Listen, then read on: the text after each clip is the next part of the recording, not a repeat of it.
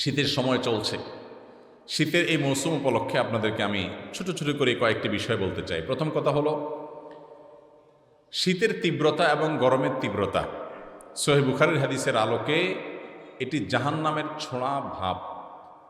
কিভাবে ভাব, কোন প্রক্রিয়ায় দুনিয়াতে আসে, সেটা একমাত্র আল্লাহ তাআলা ভালো জানেন। গরম এবং শীতের বৈজ্ঞানিক যত কারণ থাকুক না কেন, নবী করিম সাল্লাল্লাহু আলাইহি সাল্লাম থেকে বিশুদ্ধভাবে প্রমাণিত এই হাদিসের আলোকে আমরা নিশ্চিন্তে বা নিশ্চিতভাবে বলতে পারি যে এটার আসল সূত্র, মানুষ কিছু সূত্র আবিষ্কার করতে পারে, এর গোড়া থেকে গোড়ার সূত্র যেটা, সেটা হলো জাহান্নাম। নবীজি সাল্লাল্লাহু আলাইহি সাল্লাম বলেছেন, ইশতাকাতিন নারু ইলা রাব্বিহা, সহিহ বুখারীর হাদিস। তিনি বলেছেন যে জাহান্নাম আল্লাহর কাছে একবার অভিযোগ করে বলেছে, ক্বালাত রাব্বি আকালা বা'দি বা'দা। জাহান্নাম বলেছে, আল্লাহ আমার এক অংশ আরেক অংশকে গ্রাস করে ফেলেছে। কিভাবে গ্রাস করে ফেলেছে? জাহান্নামের মধ্যে দুইটা বিভাগ আছে, একটা হলো আগুনের বিভাগ, আরেকটা হলো ঠান্ডার বিভাগ। জাহান্নামীদেরকে, পাপিষ্ঠদেরকে আগুন দিয়ে শাস্তি দেওয়া হবে, আবার ঠান্ডা দিয়েও শাস্তি দেওয়া হবে। আল্লাহ তাআলা আমাদের সবাইকে জাহান্নামের আযাব থেকে রক্ষা পাওয়ার তৌফিক দান করুন। প্রিয় ভাইরা আমার, জাহান্নামের আগুনের তীব্রতা কতটা? নবীজি সাল্লাল্লাহু আলাইহি সাল্লামের হাদিস বলছে, দুনিয়াতে আগুন যত তীব্র হতে পারে, দুনিয়াতে সব আগুন তো একরকমের না। চুলার আগুনের তীব্রতা একরকম, আবার ফ্যাক্টরিতে যে আগুন জ্বালানো হয় সেটা তীব্রতা আরেক রকম, আগ্নেয়গিরির তীব্রতা ভিন্নতর। যখন অন্য কোনো দুর্ঘটনা ঘটে, ইনসিডেন্ট ঘটে, বা আরও বিভিন্ন আগুন আছে, সেগুলোর তীব্রতার মাত্রা আরও বেশি। দুনিয়ার আগুন যত তীব্র হতে পারে, জাহান্নামের আগুন তার চাইতে 70 গুণ বেশি তীব্র। আল্লাহ তাআলা আমাদেরকে হেফাজত করুন। আর ঠান্ডাও একই রকম। তো অতিরিক্ত গরম হলে কি হয়? এই যে পাতিলে যখন রান্না করা হয়, মা চাচিরা যখন ভাত রান্না করেন, তখন ঢাকনা দিয়ে দিলে অতিরিক্ত গরম হলে মনে হয় যে ব্রাস্ট হয়ে যাবে, এরকম অবস্থা হয় না? তো জাহান্নামকে উত্তপ্ত করা হচ্ছে। অতিরিক্ত উত্তাপের কারণে জাহান্নামের এক অংশ আরেক অংশকে গ্রাস করার মতো, রাক্ষসের মতো অনেক প্রাণী নিজের বাচ্চা কামড় দেয়, নিজের শরীর কামড় দেয়। অতিরিক্ত রাক্ষসের ভাবের কারণে জাহান্নামের এক অংশ আরেক অংশকে খেয়ে ফেলার অবস্থা হয়ে গেছে। তখন জাহান্নাম আল্লাহর কাছে বলেছে, জাহান্নামের ভাষা আল্লাহ বুঝেন, যে আল্লাহ আমার এক অংশ আরেক অংশকে খেয়ে ফেলছে। ফাআযিনা লাহা বিনাফাসাইন, নবীজি বলেছেন, তখন আল্লাহ তাআলা জাহান্নামকে দুইটা নিঃশ্বাস ছাড়া সুযোগ দিয়েছে। নাফাসুন ফিস সাইফ ওয়া নাফাসুন ফিস শীতা, একটা নিঃশ্বাস গরমে আর একটা নিঃশ্বাস শীতে ছাড়ার সুযোগ দিয়েছে। জাহান্নাম ছেড়েছে। ফাহুয়া আশাদ্দু মা তাজিদুনাহু মিনাল হার ওয়া আশাদ্দু মা তাজিদুনাহু মিনাজ জামহারির। দুনিয়াতে তোমরা যত গরম অনুভব করো, এটা জাহান্নামের গরমের তীব্রতা এর চেয়ে কতগুণ বেশি। যে ছোঁড়া ভাব যদি অবস্থা হয়, তাহলে মূল জাহান্নামের অবস্থা কি হবে?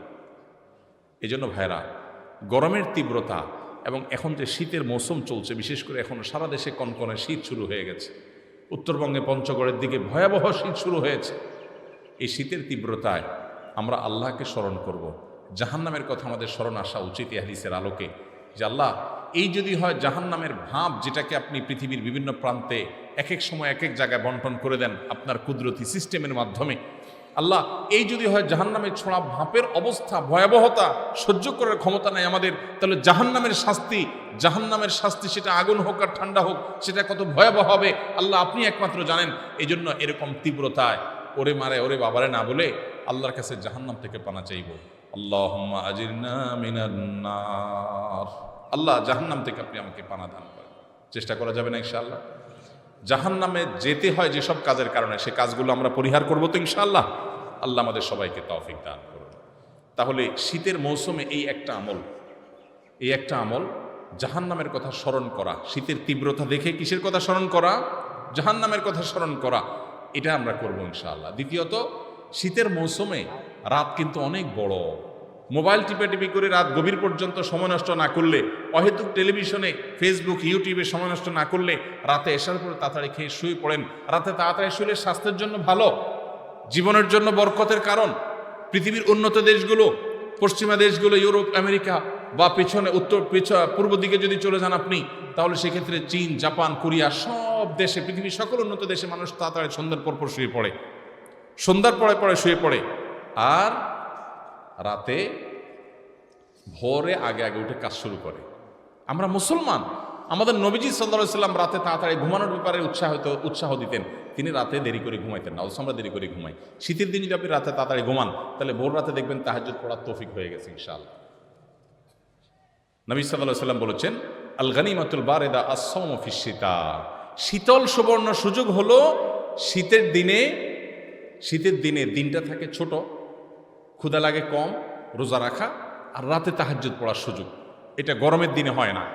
এই জন্য শীতের মৌসুমে একটু মাঝে মধ্যে হলেও তাহাজ্জুদের নামাজ পড়া, নফল রোজা রাখার চেষ্টা করবো তো ইনশাআল্লাহ। আল্লাহ আমাদের তৌফিক দান করুন। শীতের মৌসুমে আমরা অনেকে উজুতে অলসতা করি, অথচ শীতের সময় ত্বক শুকায় থাকে, পায়ের গোড়া এগুলা চিপা, ভালো করে না ডললে উজু হয় না। অনেকে আছেন নামাজ পড়েন, উজুও করেন কষ্ট করে, কিন্তু উজু হয় না কেন? ভালো করে ডলেন না। এই জন্য শীতের সময় বিশেষ করে, অন্য সময় তো বটেই, যাতে করে পায়ের গোড়ালি, গিরা, চিপা এগুলোতে শুকনা না থাকে, এগুলো খেয়াল রাখবো তো ইনশাআল্লাহ।